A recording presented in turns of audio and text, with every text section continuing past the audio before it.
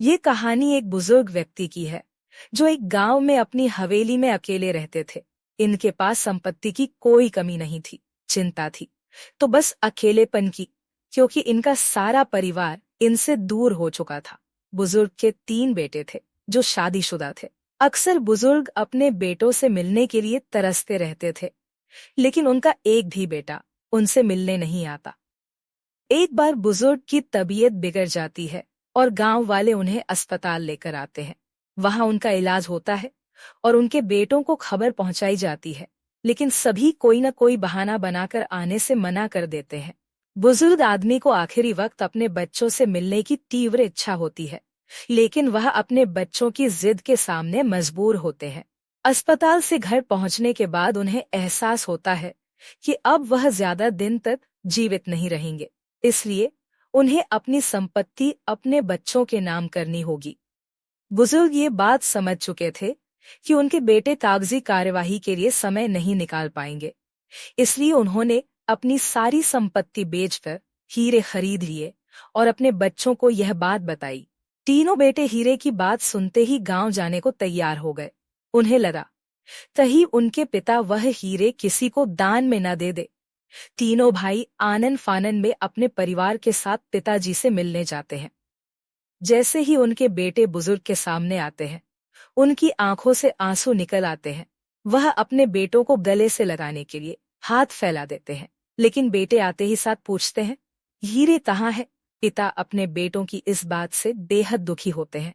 उन्हें एहसास हो जाता है कि मेरे बेटे केवल संपत्ति के लिए आए हैं, मुझसे मिलने के लिए नहीं। तभी बुजुर्ग अपने कमरे से हीरों की पोटली लाने को कहते हैं।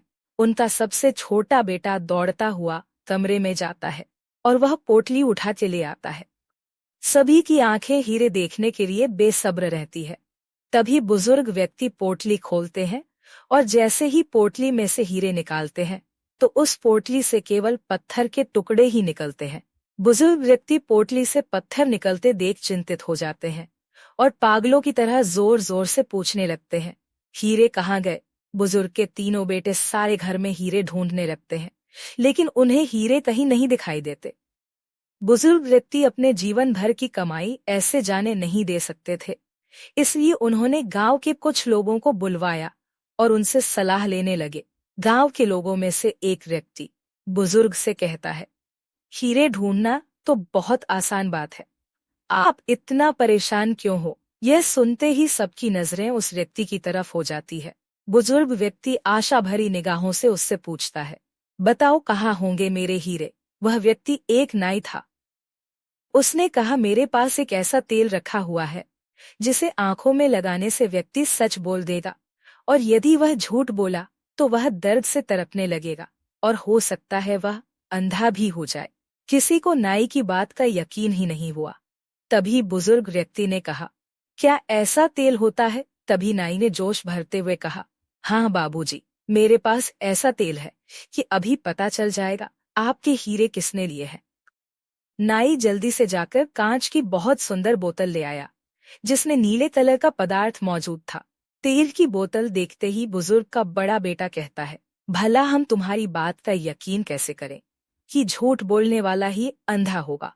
तभी नाई सभी के बीच में से उस इंसान को बुलाता है जिसने पहले भी एक बार गांव में चोरी की थी और अपनी गलती भी नहीं मानी थी।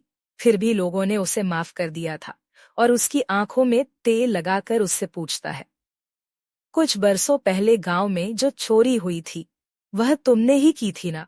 वह व्यक्ति जैसे ही मना करता है वैसे ही जमीन पर तड़पने लगता है और जोर जोर से अपनी आंखों को मसलने लगता है।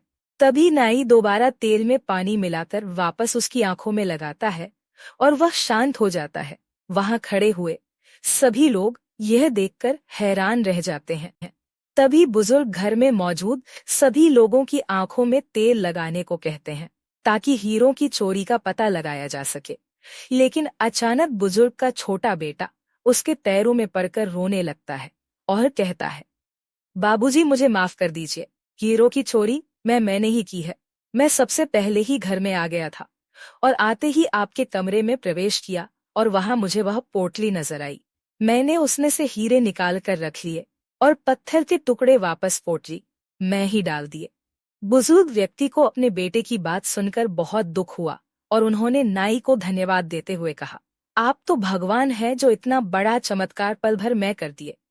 तभी नाई मुस्कुराते हुए कहता है, जी नहीं बाबूजी, मैं तो एक साधारण इंसान हूं और मेरा यह तेल भी है, सामान्य तेल है जिसमें मैंने नीला रंग मिलाया हुआ है।